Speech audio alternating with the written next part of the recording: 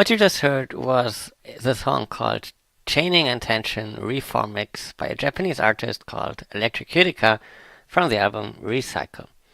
The first time I heard this intro, I was really blown away by this transition happening here and by the fact that we were able to come back on the one here and continue to a normal 4/4 beat. So I thought it's time to analyze the whole thing.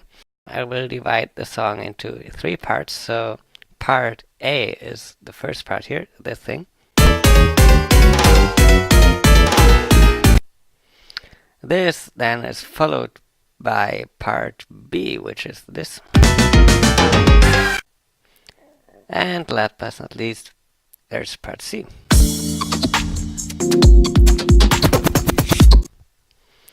Okay, so let's first of all take a look at part A.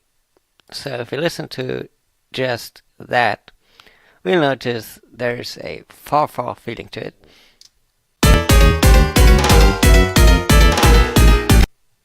Right? So I programmed a click here in 4/4. This is in tempo 180, so 180 BPM. So let's have a listen to that with the click.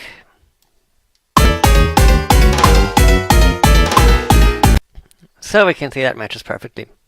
But if we continue with the whole thing into part B and C, we'll see that it doesn't match.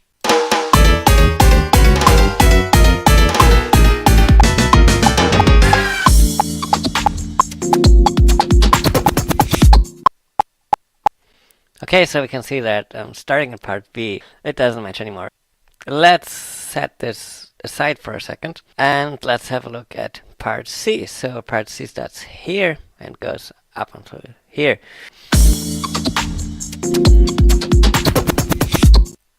So this is obviously 4/4, but at a slower tempo. So let's generate a new rhythm track, a click track here in tempo 135, which is what we're going to need for this tempo. So we have this, and if we unmute this now and play part C again, then we'll see that this matches.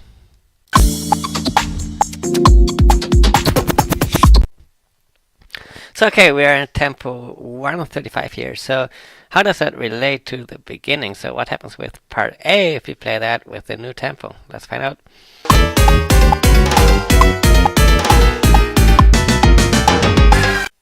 Well, this sounds better.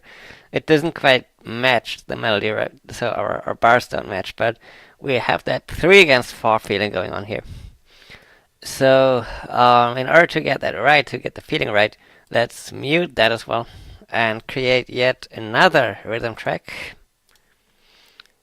This time in 3/4, same tempo. So what we have now, if we unmute that and play part A again, we have something like this. And this matches perfectly. We have a new bar when the melody goes lower. So we can say we actually have a 3/4 here, and we have dotted eighth here. So the accents are dotted eighth. So we have a polyrhythm going on here. And we can see that even better if we move that up here, so we can see these bar lines here match up. So I just create a combined click of the 3/4 click here and the 4/4 click, and if we play them both, it sounds like this.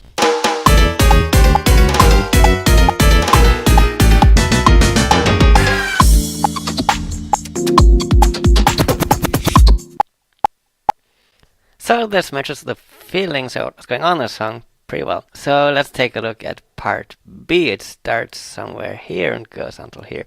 So first of all, let's zoom in there. And let's listen to it one more time.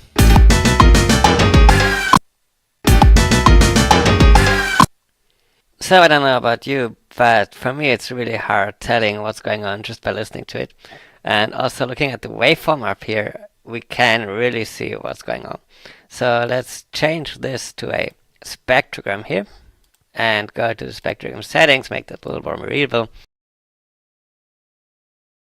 Well, first of all, what can we see here? We can see the frequencies on the y-axis, and obviously time is on the x-axis. And we can say different shadings here, different grayscales. So the darker the color, the more intensity is on this frequency. So at the given time, of course, so we can see at which time on which frequency we have which intensity. Let's take a look at our beats. We have one beat here, another beat here, another beat here, and another beat starting here. So when looking at these beats, let's keep in mind that this track down here is in 4/4 at 135 BPM. So what can we see now looking at the spectrogram?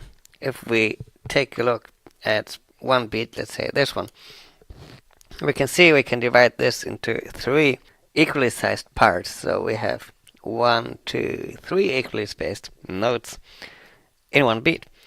Our beat here is a quarter long, so if we divide a quarter in 3 equally long parts, then this is an 8th triplet. So we actually have 8 triplets here. Also note that our triplets don't start at 1. The new 1 would be here, but they start at the 3 of the previous part. So why is it so hard to hear these triplets?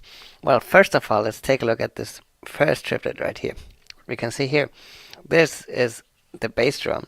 So the melody doesn't start here. The melody starts on the second triplet, so we're a little bit displaced. The second reason why it's so hard to hear the whole thing is the way the melody is structured here. So if we take a look at the spectrogram again, we can see we have some intensity here. This is for the duration of 2 triplets. Then this moves down here. Again, 2 triplets. It moves down again, and it moves down again. And here in the last one, it's kind of hard to tell. I would guess it's somewhere here. While our triplet obviously has a pulse of 3, 1, 2, 3, our melody is in 2. So the melody and the triplet boundaries kind of overlap, and that makes it hard to hear. So now that we know that the notes we're looking for are triplets, coming back to our Audacity here, I imported a triplet click in 135. And if we take a look or listen at part B again with that triplet click, it sounds like this. Well, I guess you can kind of hear, so but it's not that obvious. So let's bring down the speed of it and listen to that at 25%.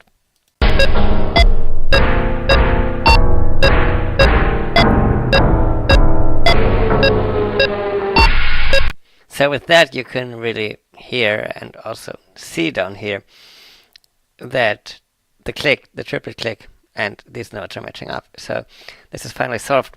These were 8th note triplets. So coming back to the whole thing, why is the transition from part A to part B so difficult? Well, there are 5 factors. First of all, we have a tempo change in part A here.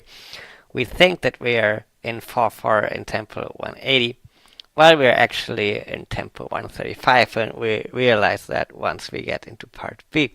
So we have metric modulation as our first effect. Then we have a time signature change. We think we are in 4/4, but in order to make sense of these triplets and of the bar changes we have, we actually have to realize we are in 3/4. So there's a time signature change as well. The third thing is our change in pulse. In part A, we have a quarter pulse, at least we think so. So we have quarters in tempo 180, which are actually our dotted eighths in the original tempo. And suddenly, in part B, we're faced with triplets. So we have this change in pulse. The fourth factor is that our melody doesn't start on the first triplet, but on the second triplet, so we have displacement in here as well. And last but not least, our melody is in 2, while our parts, our triplets, obviously are in 3. So we also have a polymeter going on. So these 5 factors combined is what makes it really difficult to understand that first listen or the 10th listen or the 20th listen. What is going on there without analyzing this?